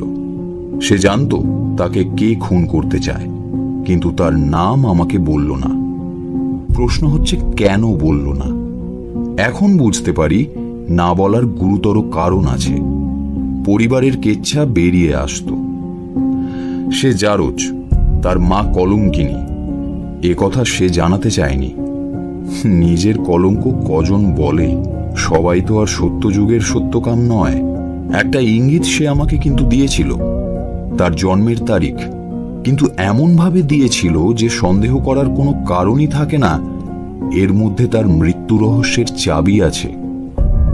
সে জানতো আমি খোঁজ করলে তার জন্ম তারিখটা আমার কাজে লাগবে। সে বিবেকহীন লম্পট ছিল, কিন্তু বুদ্ধির অভাব ছিল না। আচ্ছা, গোড়া থেকে এবার গল্পটা বলি। পুরোটাই উষাপতি বাবুর বলা। তিনি নিজের দোষ ভুলও অকপটে স্বীকার করেছেন। বিংশ শতাব্দীর দ্বিতীয় দশকে রমাকান্ত চৌধুরী সুচিত্রা এম্পোরিয়ামের প্রতিষ্ঠা করেন তার একমাত্র মেয়ে সুচিত্রার নামে। 2-4 বছরের মধ্যেই ব্যবসা ফুলে ফেঁপে ওঠে। ধর্মতলায় নতুন বাড়ি তৈরি হলো, জমজমাট ব্যাপার। চৌধুরী মশাইয়ের সুচিত্রা এম্পোরিয়াম বিলিতি দোকানের সঙ্গে টেক্কা দিতে লাগল। উষাপতি দাস 1925 সালে সামান্য শপ অ্যাসিস্ট্যান্টের চাকরি নিয়ে এখানে ঢোকেন। তখন তার বয়স ওই 21-22। গরিব ঘরের বাপমা মরা ছেলে, লেখাপড়া বেশি দূর শেখেননি, কিন্তু চেহারা ভালো, বুদ্ধিশুদ্ধি আছে। 2-4 দিনের মধ্যেই দোকানের মাল বিক্রি করার, খদ্দেরকে খুশি করার কায়দা কানুন শিখে সহকর্মীদের মধ্যেও জনপ্রিয় হয়ে উঠলেন। ক্রমে স্বয়ং কর্তার সুনজর পড়ল তাঁর ওপর। 2-4 টাকা করে বেতনও বাড়তে লাগলো। 2 বছর কাটার পর হঠাৎ এলো সেই দিন। রমাকান্ত উষাপতিকে অফিসে ডেকে পাঠালেন। তোমার সঙ্গে আমার মেয়ের বিয়ে দিতে চাই। উষাপতিবাবু তো হাতে চাঁদ পেলেন। রূপকথায় পথের ভিখিরির সাথে রাজকন্যের বিয়ের মতো। সুচিত্রাকে উষাপতি আগে দেখেছেন। সে মাঝে মাঝে দোকানে আসতো। ভারী মিষ্টি চেহারা। উষাপতির মন রোম্যান্সের গন্ধে ভরে উঠল। মাসখানেকের মধ্যে বিয়ে হয়ে গেল। খুব ধুমধাম হলো। উষাপতির সহকর্মীরা প্রীতি উপহার ছেপে বন্ধুকে অভিনন্দন জানালো। এতদিন উষাপতিবাবু বিবাহিতা বোনের বাড়িতে থাকতেন। এবার শ্বশুর বাড়িতে থাকার বন্দোবস্ত হলো। অ্যামহা স্ট্রিটে শ্বশুর বাড়ি। রমাকান্ত চৌধুরী একে বড় মানুষ, তাই বিপত্নিক। মেয়েকে কাছছাড়া করতে চান না। টোপের মধ্যে বঁড়শি আছে, উষাপতি তার টের পেলেন ফুলশয্যার রাতে। রূপকথার স্বপ্ন ইমারত ভেঙে পড়ল। বুঝতে পারলেন কেন এই বিয়ে হয়েছে। ফুলের বিছানা ছেড়ে সারা রাত চেয়ারে বসে কাটিয়ে সকালে গিয়ে উষাপতিবাবু শ্বশুরকে বললেন, আপনার উদ্দেশ্য তো সিদ্ধ হয়েছে, এবার আমায় বিদায় দিন। রমাকান্ত চৌধুরী ঘোরেল ব্যবসাদার। তিনি বোধহয় তৈরিই ছিলেন।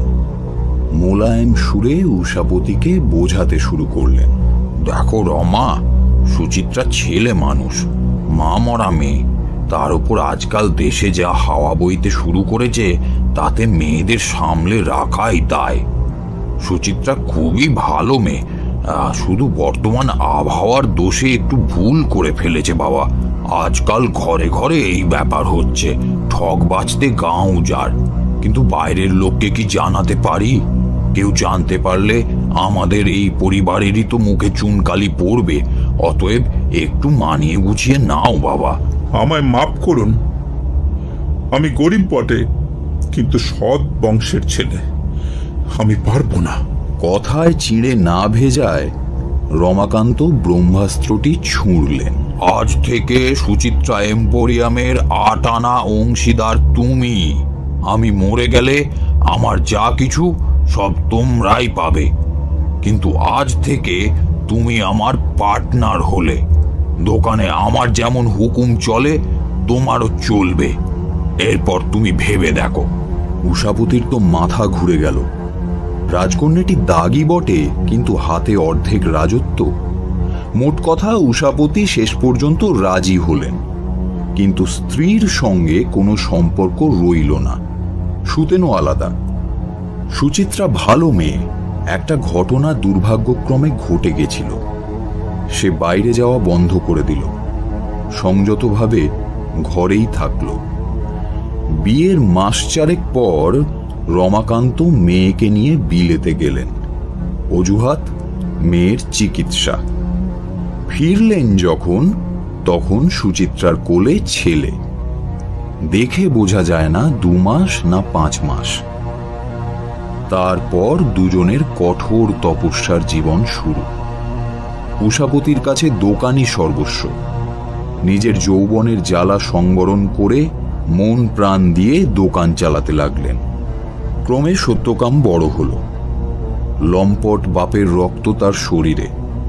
তার বয়স যত বাড়তে লাগলো, রক্তের দাগও তত ফুটে উঠতে লাগলো। সব রকম রক্তের দাগ মুছে যায়, কিন্তু এ রক্তের দাগ মোছে না অজিত। সে কারো শাসন মানে না। যা ইচ্ছে হয় তাই করে। কেউ তাকে শাসন করে না। সুচিত্রা ব্যর্থ চেষ্টা করে হাল ছেড়ে দিয়েছেন। সত্যকামের চরিত্র ভালো হলে হয়তো উষাপতি সহ্য করতে পারতেন, কিন্তু তারও মন বিষিয়ে গেল।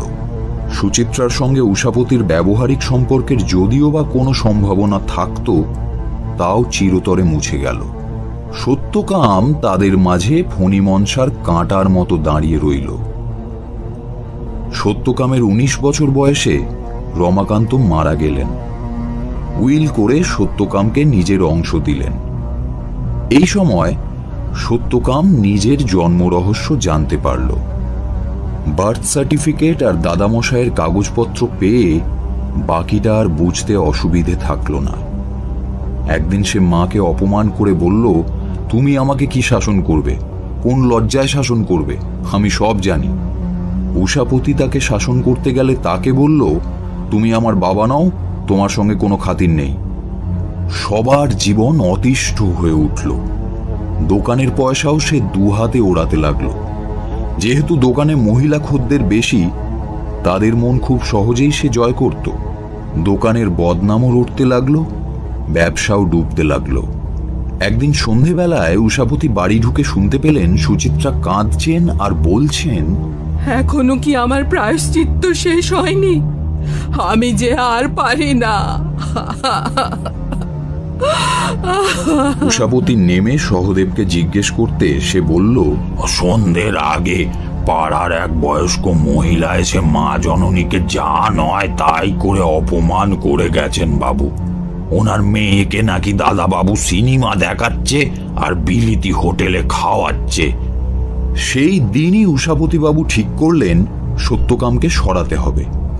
এভাবে বেঁচে থাকার কোনো মানে হয় না। তার সুবিধে হলো তিনি খুন করলেও সন্দেহ পড়বে অন্যদের ওপর, কারণ সত্যকামের শত্রুর অভাব নেই। আর বাপ ছেলেকে খুন করেছে এ সন্দেহ চট করে কারও মাথায় আসবে না। চেনা গুন্ডার কাছ থেকে রিভলভার জোগাড় করলেন। ছেলেবেলায় কিছুদিন সন্ত্রাসবাদী দলে ছিলেন, রিভলভার চালাতে পারতেন। বেলঘরিয়ার আম বাগানে গিয়ে অভ্যেস ঝালিয়ে নিলেন। তারপর অপেক্ষা করতে থাকলেন সুযোগের। সত্যকাম ঝানু ছেলে, সে মতলব বুঝতে পারল। পুলিশের কাছে গেলে কেচ্ছা ফাঁস হয়, তাই আমার কাছে এলো। শনিবার সত্যকাম খুন হয়, কারণ সেটাই উপযুক্ত দিন।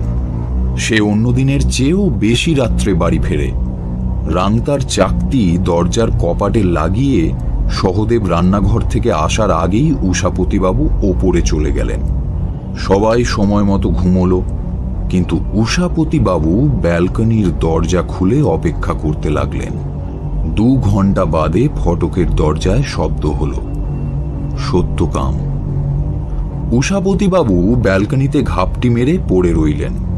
সত্যকাম সদর দরজার চাকতি চকচক করতে দেখে নিচের দিকে ঝুঁকল, আর উষাপতিবাবু ওপর থেকে গুলি চালালেন।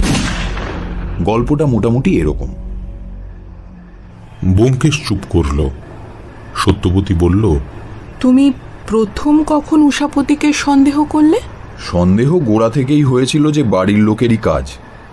যদি বাইরের লোকই হবে, সত্যকাম নাম বলবে না কেন?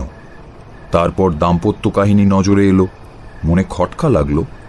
খাজাঞ্চি মশাইয়ের সাথে আলাপ জমালাম, তিনি প্রীতি উপহারটি দেখালেন। তারপর আর কোনো সন্দেহ রইল না। সত্যকামের জন্ম তারিখ 7 জুলাই 1927, আর বিয়ের তারিখ 13 ফেব্রুয়ারি 1927। ধূর্ত রমাকান্ত কেন এই বিয়ে দিয়েছিলেন বুঝতে পারলাম। সত্যকাম উষাপতির ছেলে নয়, তাকে খুন করতে তার কোনো বাধা নেই, কিন্তু তিনি খুন করলেন কিভাবে? যখন জানতে পারলাম মৃত্যুর সময় সত্যকামের হাতে জ্বলন্ত টর্চ ছিল এবং মনে পড়ল রাংতার চাকতির কথা, দুয়ে মিলে পরিষ্কার হয়ে গেল। সত্যকামের টর্চের আলোয় রাংতার চাকতি চকচক করে, সে সামনে ঝোঁকে, ব্যাস। আবার কিছুক্ষণ নীরবতা। ব্যোমকেশকে সিগারেট দিলাম, নিজে একটা নিলাম, টানতে লাগলাম। ঘর পুরোপুরি অন্ধকার হয়ে গেছে। দক্ষিণা বাতাস চুপি চুপি আমাদের ঘিরে খেলা করছে। হঠাৎ ব্যোমকেশ বলল, আজ উষাপতিবাবু যাবার সময় আমার হাত ধরে বললেন, ব্যোমকেশ বাবু, আমি আর আমার স্ত্রী জীবনে বড় দুঃখ পেয়েছি। 21 বছর ধরে শ্মশান বাস করছি। আজ আমরা অতীতকে ভুলে গিয়ে নতুন করে জীবন আরম্ভ করতে চাই, একটু সুখী হতে চাই। আপনি আর জলঘোলা করবেন না। উষাপতি বাবুকে কথা দিয়েছি জল ঘোলা করব না।